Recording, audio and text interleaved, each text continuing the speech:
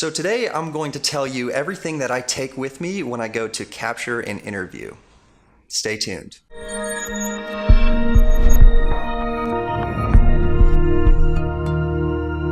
Good, sweet morning YouTube. Hello, my name is Alex Bensinger and I'm a freelance videographer that lives and works in the Kansas City area. This video could be for people or organizations trying to equip themselves to capture interviews.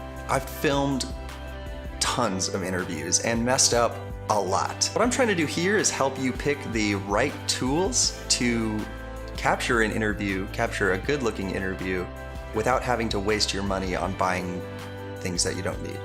You know, in terms of how expensive or premium this gear is, I want to say that it's inexpensive, but it works great. There are a few annoyances that I have to put up with because it is generic, lower priced gear, but I will say it works great for me and I'm able to get fantastic images for my customers using the following gear. So I'm going to start out with my favorite part of this and the part that I think is most important for you, and that's not the camera, that's not the microphone, it's actually the lighting that I use. When you light your shots, your camera doesn't have to work as hard to bring that image up to an acceptable level of brightness. And what you get in the end is a very crisp, clear picture that doesn't have a lot of noise. Now, some of you might roll your eyes when you hear the brand name Neewer. I know I certainly do sometimes. They are known to produce cheap gear and sell it on Amazon. Even though the brand name Neewer has been known to produce inconsistent product quality in the past, I will say that every once in a while they come out with a slam dunk, and this is one of them.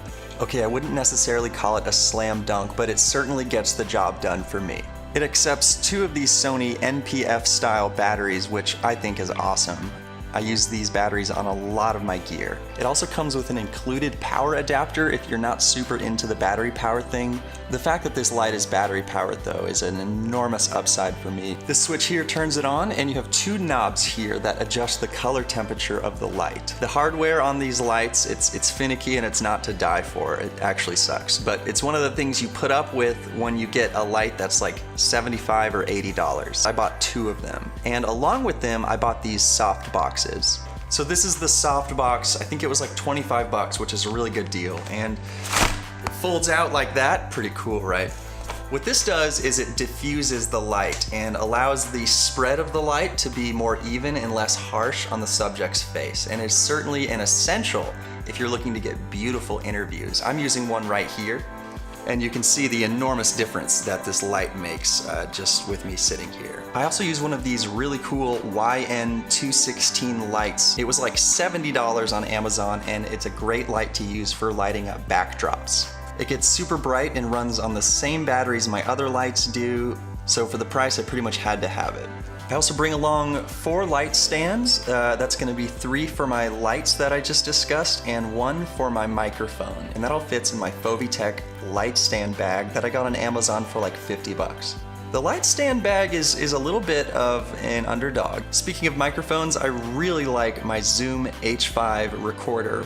In this case, I have the Zoom SGH6 microphone capsule mounted atop my Zoom H5 recorder, and in the back of there plugs the receiver for my wireless microphones. I try and keep this microphone about 12 to 18 inches from the subject's face, and as long as you pay attention to the background noise, you're going to get an incredible sound out of this microphone. The wireless microphone set I use is the Saramonic W-Mic 9 system, and I use it mostly as a backup. As I've mentioned in some of my previous videos, audio is something that is so important to nail that I think it's necessary to put a wireless microphone on the person just as a backup, just in case that shotgun microphone somehow turns off, it's too noisy. It's easy to mess up, so I always record 2 different audio sources when I'm capturing an interview. The Saramonic system's nice and it works for me, but I don't necessarily highly recommend it. It's a little bit finicky and it doesn't sound incredible, but again, it works well for me as a backup. That brings me to the fun one to talk about, which is my camera. I film on the Sony a7R III, which is something I haven't talked a whole lot about on this channel since I've gotten it. I wanted to take the appropriate time to really put it through the motions and understand if I wanted to keep it or not. The short answer to that is I am absolutely keeping this camera. I think it is just freaking brilliant. The 4K image that it captures is absolutely amazing. It has a lot of push and pull when I bring it into post-production, and I'm able to capture some incredibly high quality images, and I think it certainly suits me for my professional work. Of course, the A7R III wouldn't be as great as it is without that 24-70 f2.8 Grandmaster lens made by Sony. This is a lens that is comparable, I think, to the L series lenses from Canon. The quality and sharpness of this lens allows me to take full advantage of the 4K video recording. This allows me to crop the video in post-production, making it look like I'm filming with two cameras, when really I'm just filming with one. That's a feature that a lot of my clients really like to see. Additionally, I gotta shout out the autofocus on this lens. Now, of course, if you're recording in 4K on a Sony camera, you gotta have one of these. This is a UHS-3 SD card. You cannot record 4K unless it says it's a UHS-3 SD card. Pretty good to know. Now, that camera sits atop of my newer carbon fiber tripod, which I did a review on my channel about earlier this year. It's a tripod that's really designed for photos, but I find a lot of practical application for in the video world, especially when you're shooting on DSLRs. I put everything in my low pro Tactic 450 AW backpack, and wow, that thing is just the perfect backpack for me. The zippers, the build quality, incredible at protecting gear, and the size is just right for me where it doesn't feel too bulky. I can still take it into a coffee shop, and I can bring my laptop. For bonus points, I always bring my glide cam, which allows me to capture some smooth moving footage to cut away to during an interview. Gotta be having those B-roll shots. I also bring in extra Sony Z-type battery, but I never use it because the first battery I put in my camera lasts like all day anyway, so it was kind of a waste of money. All of my audio devices are powered by generic Amazon EBL 2800 milliamp AA batteries that I put in a EBL charger at night.